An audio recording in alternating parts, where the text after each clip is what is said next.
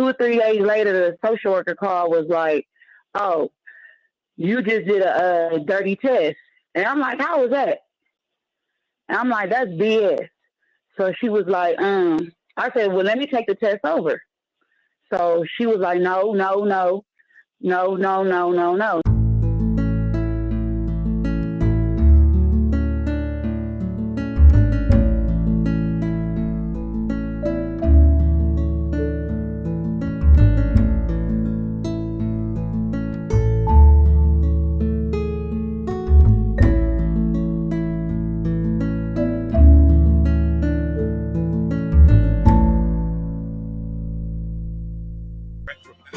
My name is Vincent, host in Coles, Virginia. This is The Secret, How to Fight CPS Win, and we're going to take another call right now. Leah from California. Leah, did you have a story to tell or a question to ask? Well, I have two. Well, I have two. Okay, my story start off as, okay, I have a DCSS case open in Palmdale. And I had, when my case first got open, I had did what I had to do. Hey, Leah. Hello? Yeah, we're on a live radio show, Leah. Stay with me. Okay. And as soon as I got all three of my kids back, I say like 2 or 3 days later, the social worker called, was like, "Oh, you just did a dirty test." And I'm like, "How was that?" And I'm like, "That's BS." So she was like, I said, "Well, let me take the test over." So she was like, "No, no, no, no, no, no, no, no." So she battled me back and forth. So first thing she told me on the phone, "We're going to come up with a family plan." And I said, "Okay." But when I was on the phone with her, I had left my house with my kids already, because I had a feeling they were going to sneak up at my house and try to take my kids. And lo and behold, that's exactly what they tried to do.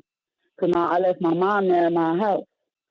And when I seen the process what they was trying to do, she said, "Okay, you know what? I'm going to say, your kids is missing." I'm like, "How are they missing? You know, I have them."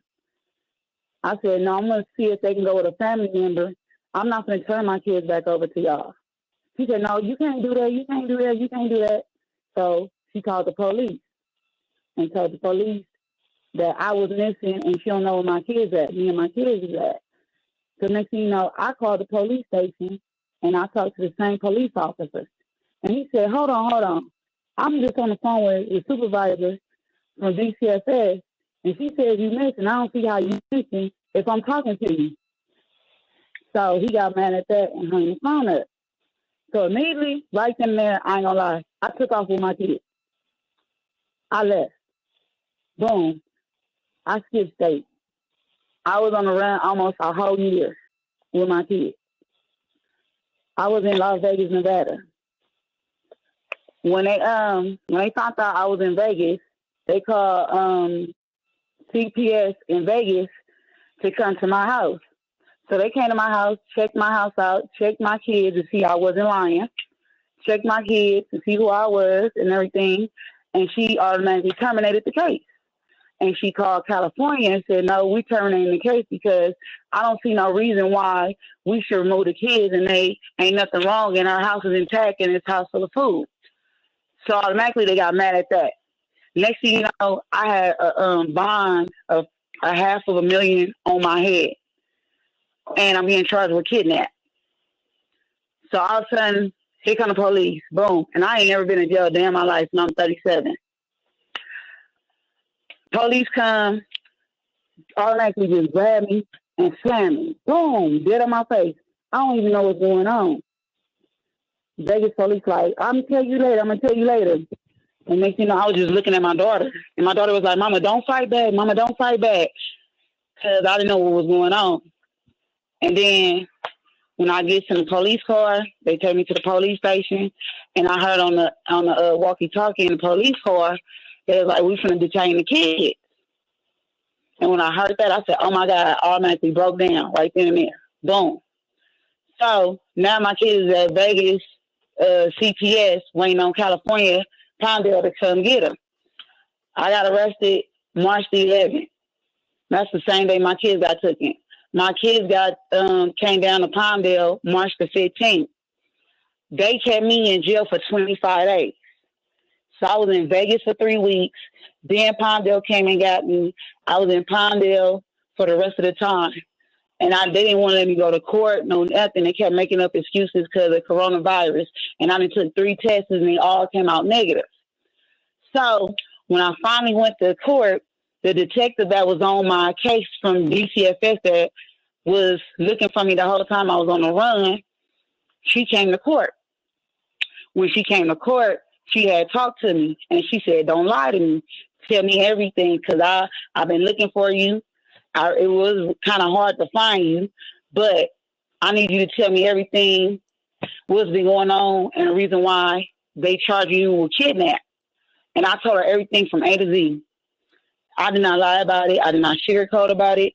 And I told her I was scared for my life because I already know what they did the first time with my kids. They made it hard for me, and they was giving me 1 kid at a time, but they took all my kids at the same time. So I told her I automatically took off. And so she asked me in my face, she said, would you do it again? And I said, you know what? I ain't gonna lie to you. Yeah, but this time I know a better way to do it because they put me on Crime Stopper. They put me on Facebook. They put me on Google. They put me on all this stuff with me and my kids. So now the detective gets me an OR out of jail from court. But I had to get a restraining order. So in the process of me getting a restraining order, I can't see or talk to my kids. And I haven't seen and talked to them since I've been arrested, since March the 11th. So I'm like, oh my God, this is going to hurt me even more. So I was having my daughter's call. And my daughter, at this point, she's 16. She called and was like, Mama, we're going up for adoption, Mama. I'm like, what are you talking about? You going up for adoption? How y'all going up for adoption that quick? And then that's when I found out the social worker that I previously have now, she trying to take my parent rights. They already went to court when I was in jail. They already came up with a court order, basically the same thing that I already did, that I did in my previous case, the same exact classes and stuff. And then this time, they already know I had did half of my time in jail. So when I got out, April 6th, they wanted all this completed by the next month or my parent rights is going to get taken off top. I'm like, what? What are you talking about? So automatically I panicked, but they didn't know I had did my classes and everything before I even got arrested because I knew I was going to turn myself in or I was going to get caught. It was going to be one or the other, but I wasn't going to go empty-handed, and I didn't want my kids in the system forever, and like it was the first time. So when they got all my documents and my certificates and all my drug tests and stuff, the social worker automatically said, no, those are fake. Don't take none of those documents. No. And I'm like, how are those fake? She's like, I said, for one, Danielle, how you going to tell me something's fake? Because for one, I had to pay out my pocket. Y'all wasn't going to help me do nothing. Y'all wasn't going to help me find no classes. I can't get Medicare and all that because they say I make too much money. So I had to make sure I had enough in my budget and plus take care of the household, plus take care of my kids. So she found out that my 2 middle kids' grandma worked at the facility I went to. But at the end of the day, it was probation approval, parole approval, court approval. It helped you with if you're homeless and everything, the internet and all that's online, everything legit, all the classes and everything. So she still made an issue of that. And she told me about the social worker? Yeah, the social worker. Uh-huh. So later on down the line, my daughter, she was 1 at this time. She didn't tell me to March the 4th. I'm sorry. I got a call from the social worker. My baby then got busted in her face and got stitches in her face. The 1-year-old? The 1-year-old. How'd that happen? I automatically just broke down and screamed. Cause my baby ain't never been hurt. My baby ain't never went through none of this before. Her exact words was to me, and I found out I had to do an investigation on my own because she was not helping me do nothing. She kept lying to me. My baby really got hurt April the 30th. She just told me March the 4th. Then she sent me a picture of how my baby looked with the stitches in her face. It's between her eyes. Wait, she had to get 3 stitches. Leah, huh? Hold on a second. I want you to hold on. I don't want you to hang up. We got to take a commercial break right now. This is The Secret, How to Fight CPS and Win. We'll be right back after these messages.